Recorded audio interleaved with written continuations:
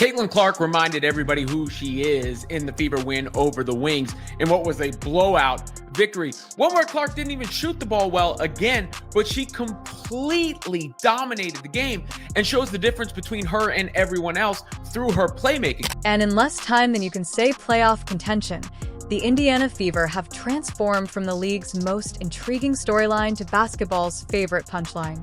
And at the heart of this storm of change is none other than our favorite corn-fed superstar, Caitlin Clark, who, after months of being treated as the team's uncomfortable +1, has now been let loose like a basketball kraken.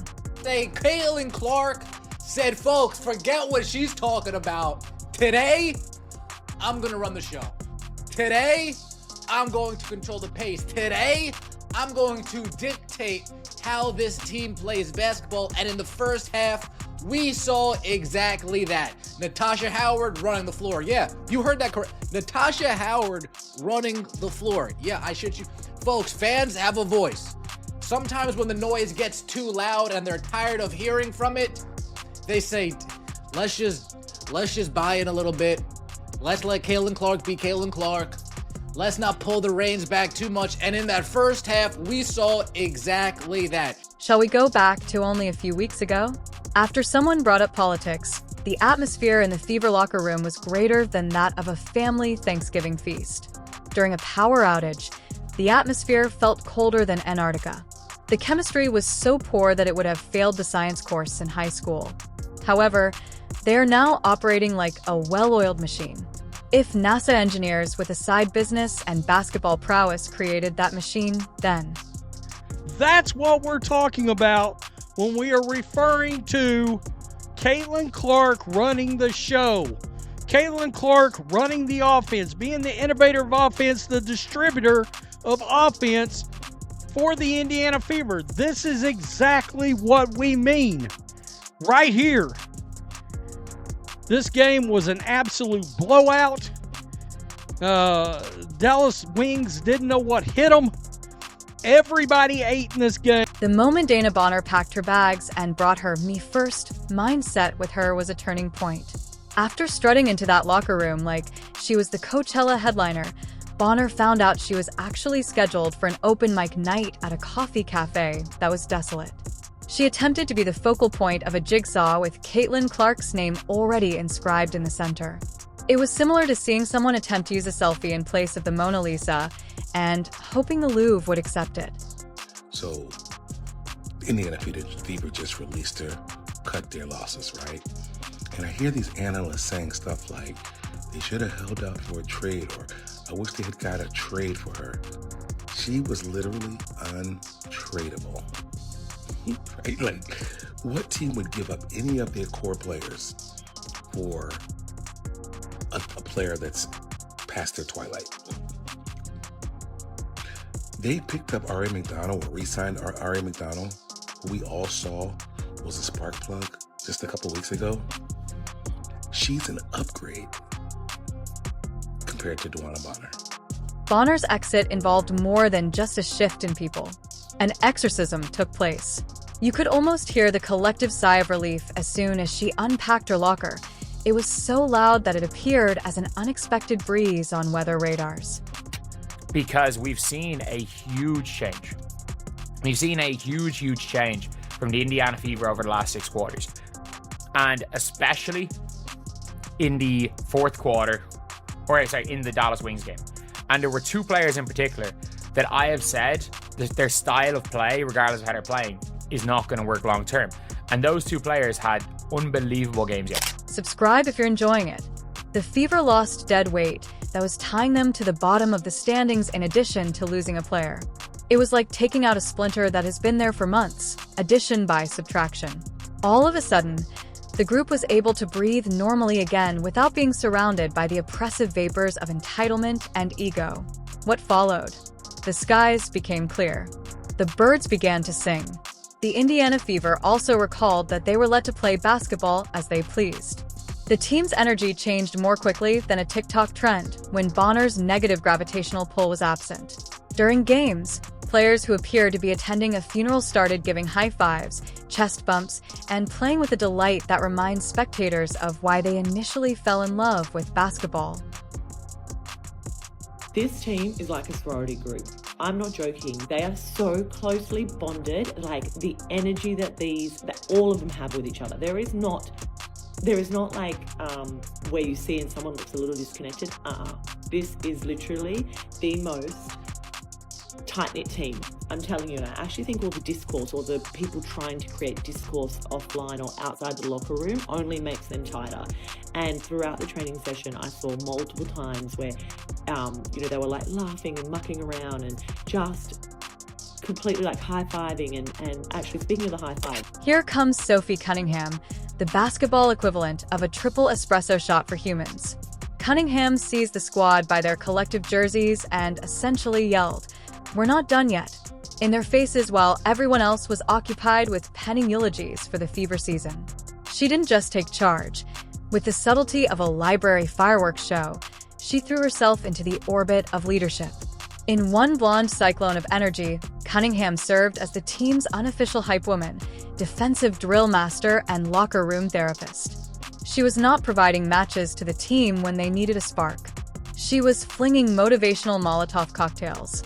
With the feverish energy of someone attempting to convey the plot of Conception in 30 seconds, Cunningham was drafting plays in the air during timeouts while other players were taking a break. Play was probably the standout play in the game. In my mind, Clark with the big-time rejection near the rim.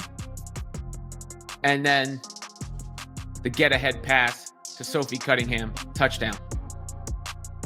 And Sophie Cunningham has come into her own as of late. But it's just beautiful. Get it out, get it up, bucket. And, that's just something others cannot do. Her realization that Caitlin Clark's integration into the system was mandatory was her most significant contribution. It was necessary. Cunningham viewed Clark as the skeleton key that may open the Fever's potential, but others considered her as a rival. She served as the link between the new prodigy and the old guard, introducing Clark's basketball prowess to comrades who had been too preoccupied with defending their territory to realize they were sitting on a gold mine. When Clark threaded an impossible pass through the defense during practice, Cunningham would be the first to cheer. She would yell, "That's what I'm talking about," to make sure everyone knew that this was more than simply excellent basketball. This was basketball's growth. She transformed admiration for Clark's skills into a group movement, winning over doubters more quickly than a cult leader offering free snacks.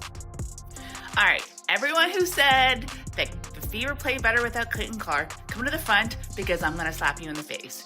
Fever just won 102-89 against the Dallas Wings. Congratulations to the Fever. They killed it with their old and trusty playbook of just rim running. And Dallas Wings, Chris Koklanis, have you never seen a Fever game before? They're fast in transition, huge with the long bombs. Caitlin Clark is there. Run to the other side quickly. That's where they got the majority of their points. Poor Paige Beckers. You're such a huge talent, and you're just drowning with this terrible coaching.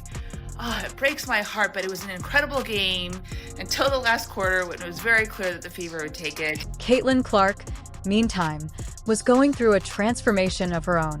Clark returned her kingdom after months of being treated like a visitor in her own locker room.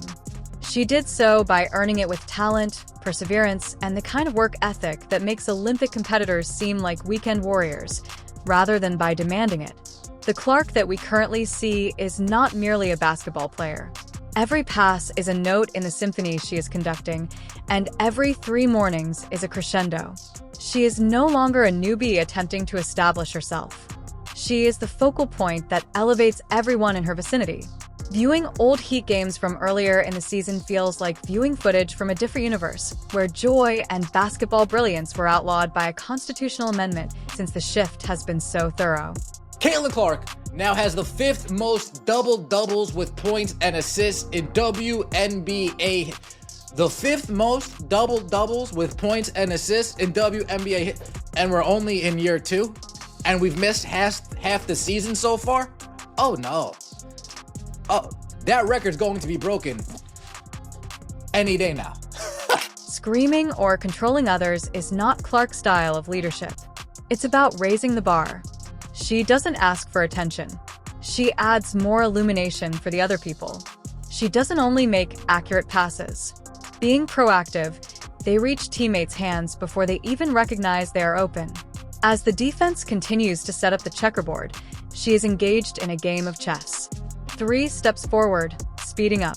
Gravity naturally draws items toward the most enormous presence, so the team now circles around Clark, not because they were told to. Without a doubt, Clark's basketball talent and IQ produce a pull of their own. Like she's carrying the only bottle of water in a desert, teammates who used to seem reluctant to give the ball to her now actively seek her out. When Clark calls for the ball in a pinch, you can see 5 heads nod in unison before the throw is even completed because the trust is that complete. Even with their actual coaches and their training staff, like I've got some awesome videos of Keith training, like KK training Dantas, and you will see that they're laughing and they're having a good time. And I just think that is like the energy that you want, right? You want to create a locker room where it feels like family and you have each other's back no matter what, and noise gets loud and noise gets disruptive, but as long as you can stay together closely knit, then you can drown that out. I genuinely feel that. It's not just a team going hot at the perfect moment that we're seeing. It is a total change in identity. The team with Caitlin Clark is now the one with the fever instead of the other team. There's more to the capitalization than just emphasis. It's to faithfully depict the profound change in how others view them. They have evolved from a sideshow to the main event, from an interest to a contestant. Making the playoffs isn't the only goal of their playoff quest. The goal is to inform the basketball community that the revolution has already begun before the schedule. The Fever determined that waiting is overrated and that the future is now, even if analysts were projecting that they will be in contention in a few years. Yes, the shooting's not there yet, but that will come. But being a playmaker is more than just scoring the ball, and dropping 13 dimes and getting 5 steals is amazing work. I mean, look at this dime, full court pass. This is incredibly hard. If you haven't ever played basketball, this pass to Cunningham is so hard.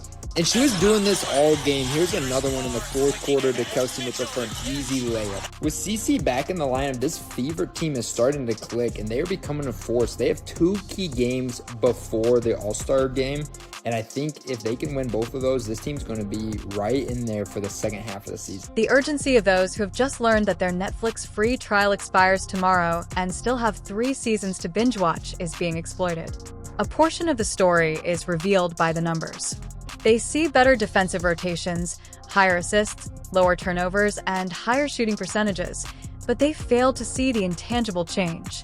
These days, the Fever play with an unquantifiable swagger. They enter arenas as though the mortgage has been paid off, and they own the structure. The element of intimidation has changed. Once viewed as simple victories, opponents now approach the Fever games with the apprehension of someone disarming a bomb. The best aspect is that everyone is helping. The Indiana Fever is not the backup band for the Caitlin Clark performance. Everybody gets their turn in the spotlight in this ensemble group. With the efficiency of a German-trained schedule, Kelsey Mitchell is scoring goals. Nalissa Smith is bouncing back as if her family was personally offended by the ball. The rim is being guarded by Aaliyah Boston as though it were state secrets. And with the easy assurance of someone who has no idea what pressure feels like, Lexi Hull is hitting threes.